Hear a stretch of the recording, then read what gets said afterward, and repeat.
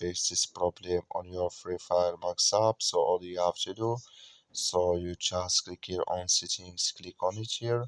So when you click here on settings, it's going to show for you list like this here. So then all you have to do, so you just go down here, then you click here on apps, come to apps list here, and there you're looking for Free Fire Max app, or just click here on search, then here at Free Fire Max app, it's going to show for you like this, click on it.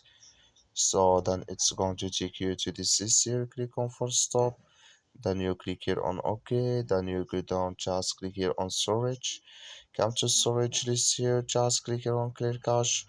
Then all you have to do, so you just go to your Play Store, click on it here, then here you search for Free Fire Max app, is going to show for you like this. You will find here update, click on it, and it's going to work with you.